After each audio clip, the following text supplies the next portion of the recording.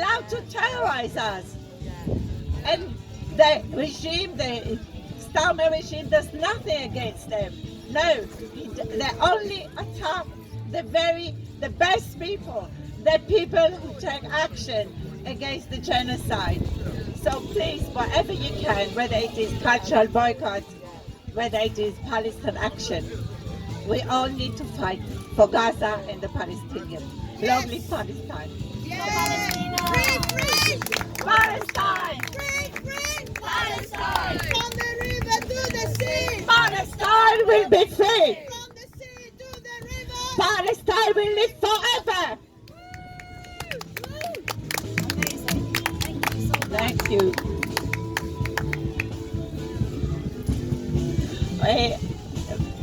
I think we have time if people want to ask questions or just speak. Can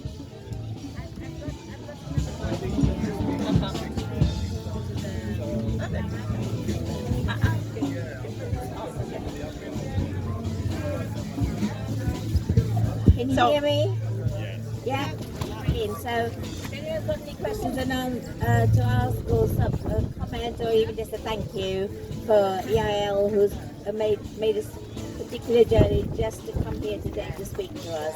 So, I'm going to pass this mic round to anyone who does want to ask a question.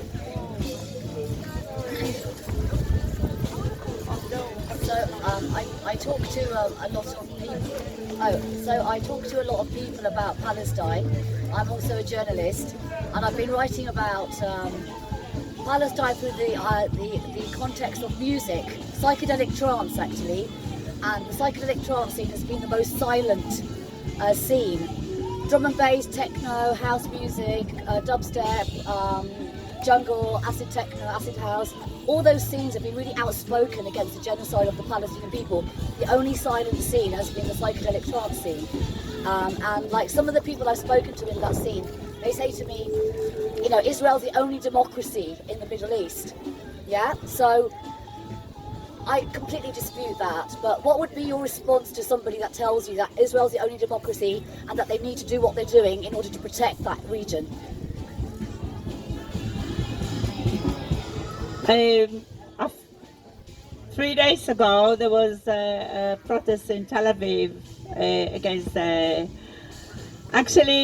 protests were two protests. There were one protest, I think, Wednesday, one was on Thursday and one was on Friday. Each protest was only 20 activists. The second protest, for example, was outside the British embassy with a not very strong demand, just two-state solution, demanding that the British state will recognize the Palestinian state. The protesters, all 20 of them, because that's all you have opposition in the only democracy in the Middle East, were threatened with rape, murder, sorry. I think it's died. Just lost it. Oh, okay.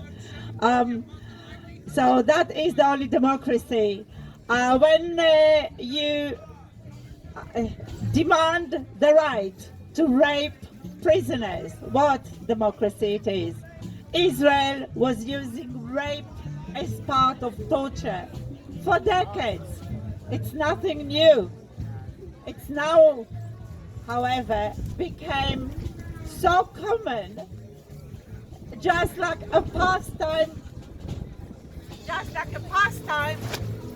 Was it working? Just like a pastime activity for the bored genocidal soldier to entertain themselves, so they are raping. That's democracy. The democracy is the right to rape. Yeah. That is what Israel is about. That is not a democracy.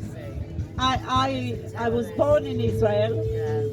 We didn't have a single Palestinian, and I wasn't born in the occupied territories of '67 because I was born before. Not a single Palestinian in my nursery, my elementary school, and high school. Not one. And guess who was living on the land where my childhood home was built on? Palestinians, of course. But they were thrown out, they were forced out of their home, ethnic cleanse, into Gaza, into many of them into Rafah. This is democracy when you totally annihilate people, when you ethnic cleanse. There are so there is, for example, a UK charity, which now the same charity, the JNF, the Jewish National Fund, is now being challenged in Canada, and hopefully they will lose the status as a charity. That so-called charity is about stealing land from Palestinians, and then only Jews allowed to buy it, to live on it. All those lands are stolen from Palestinians. This is democracy. The idea of democracy is the right what? I'm sorry being so graphic, but it is on my mind all 24 hours in the last few days. The right of Nazi Israelis to ban, to totally the head of children. There's no more head. The head is just evaporate. There's only the back of the skull with a bit of the hair. That is all what's left of the head. This is not democracy. I mean, they don't care about democracy, those people who say, oh, Israel is the only democracy. They are white supremacists. And I have to admit, I don't usually actually even discuss with those people, because I don't give them the trust that they really care for democracy. They just use it as a token, as a talking point, which is part of how the Israeli propaganda works. Okay, talk about democracy. In what way is Israel democracy? What democracy do Palestinians have? Sorry about that.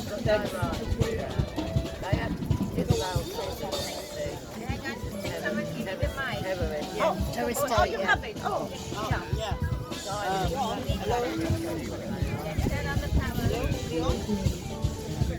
Is he on now? Okay. I got a question. So I have a friend who is from Israel and he lives in Israel, and I think the problem is though he's in this like echo. Sorry, he's in this echo chamber of like anti-Palestinian talk, and it's like, how do I help? How do I mention this stuff without getting him to get really, really angry? Go talk to him. I don't think there is a way, because the obvious in the 70s, when I was activist in Haifa, one of the group, he was a psychologist and academic psychologist, and he was doing research among youth. He was comparing the hate among Israeli Jews and Palestinians with the Israeli citizenship or so-called citizenship. And the result was, which surprised us, was that Israeli Jews hate Palestinians more than the victims hate the perpetrator. And we said, how come? That doesn't make sense. And he said, because to do the crime that Israel does, to do the oppression, you have to dehumanize the other people, and you have to, and hate is the strongest weapon. Sorry, you wanted to say? I want to say one more. Is this on? Okay. Do you want to know? Do you want to know something he said? Because they teach this stuff in school to make Palestinians sound bad. One of the worst things I've heard him say is that he wants Palestine to be nuked off the map. Yeah, I've heard that before. And I asked him what did the Palestinians do to him, and he couldn't really answer that. he just doesn't like them. They've been conditioned So from birth. I was 19. I was born there, and I was subjected the same indoctrination and lies and propaganda like your friend. But when I was 19, I found out for the first time about the Nakba. I was horrified. I was so shocked about the Nakba, about how the crimes that they did. I realized suddenly that we living on stolen land, that really the people used to live there were ethnic cleansed. But if you have humanity in you and you have any sense of justice, you know where you have to stand. And I then challenge each of my friends. As a 19-year-old, you have lots of friends. And each one of them was like your friend saying, oh, so if I'm racist or what. None of them was bothered by the crime, by being the beneficiary of a genocide. They're not interested.